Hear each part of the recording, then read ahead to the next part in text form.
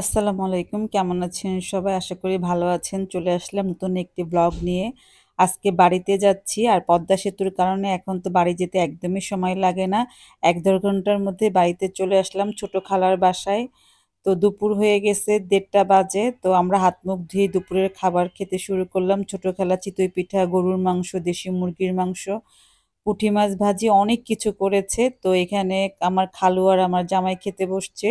আর এদিকে আমরা সবাই খেতে বসছি। খাওয়া-দাওয়া শেষ করে বিকালে খালাতো ভাইয়ের বউকে নিয়ে একটু ঘুরতে বের হলাম ক্ষেত দেখার জন্য। বাসায় চলে আসলাম সন্ধ্যার দিকে খালাতো ভাইয়ের বউ চা, তারপরে নাস্তা এগুলো করে দিল। লেপের মধ্যে বসে মা খালাকে নিয়ে চা নাস্তা খেলাম। খালুও ছিল, সবাই মিলে খুব মজা হলো। তো এরপরে চলে গেলাম দাদি বাড়িতে। তো দাদি বাড়ি যেতে বেশিক্ষণ সময় লাগে না, ২০-২৫ মিনিট লাগে খালার বাড়ি থেকে। এটা আমাদের অনেক পুরান বাড়ি, এটার বয়স প্রায় ৪০-৪৫ বছর হবে। তো যে দেখি ফুফাতো বোন চলে এসেছে, তারা খেতে বসে গেছে। এরপরে হাত মুখ ধুয়ে আমরা আমাদের খাওয়া দাওয়া শেষ করলাম। আর পরের দিন ছিল প্রত্যেককে এক একটা করে আইটেম রান্না করবে। আমি লাকড়ির চুলায় মুরগির মাংস রান্না করলাম। আর হচ্ছে সকালে আম্মা পুঁটি মাছ ভাজি করেছে, আমি মুরগির মাংস রান্না করেছি, আর আমার বোন হচ্ছে চিংড়ি মাছের মালাইকারি করছে। আমার রুই মাছ টমেটো দিয়ে পাতলা ঝোল করছে, সেটাও অনেক মজা হয়েছিল। তো দুপুরবেলা খাওয়া দাওয়া শেষ করলাম আমরা, করে আমরা চিন্তা করলাম যে আমরা একটু বাইরে বের হব, নদীর পাড়ে হাঁটতে যাব। তো এর আগে আমরা একটু খেতে গেলাম। চাচা অনেক কিছু সবজির বাগান করছে, লাল শাক, তারপরে হচ্ছে ধনেপাতা, ডাঁটা শাক, তারপরে অনেক সবজি আছে এখানে।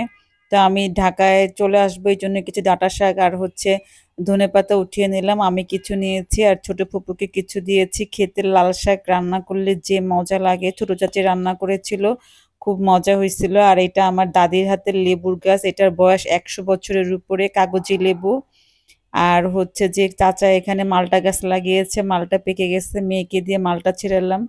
দেখতে তো লাল টুকটুকে, কিন্তু খেতে আসলে এতটা মিষ্টি না। বিকালে আমরা সবাই হাঁটতে বের হলাম মধুমতি নদী দেখতে যাব বলে।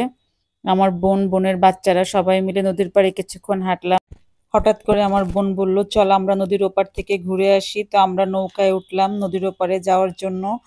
আর আসলে আমরা প্রায় দীর্ঘ ২২-২৩ বছর পর দুইজন একসাথে গ্রামে এসেছি। মানে এটা হচ্ছে আমার দাদু বাড়ি আর ওর হচ্ছে নানু বাড়ি। তো আমরা ছোটবেলায় প্রায়ই আসতাম, বিয়ের আগে, বিয়ের পরে এই প্রথম আমরা একসাথে আসলাম। তো প্ল্যান করে আসলে কোনো কিছুই হয় না, হুট করেই ও বাড়িতে আসছে, আমিও বাড়িতে চলে আসলাম। তো আসলে আমাদের এভাবে দেখা হবে বা এইভাবে সময় কাটাবো এটা চিন্তাই করিনি। আমার দাদা দাদি মারা গেছে অনেক দিন হয়েছে।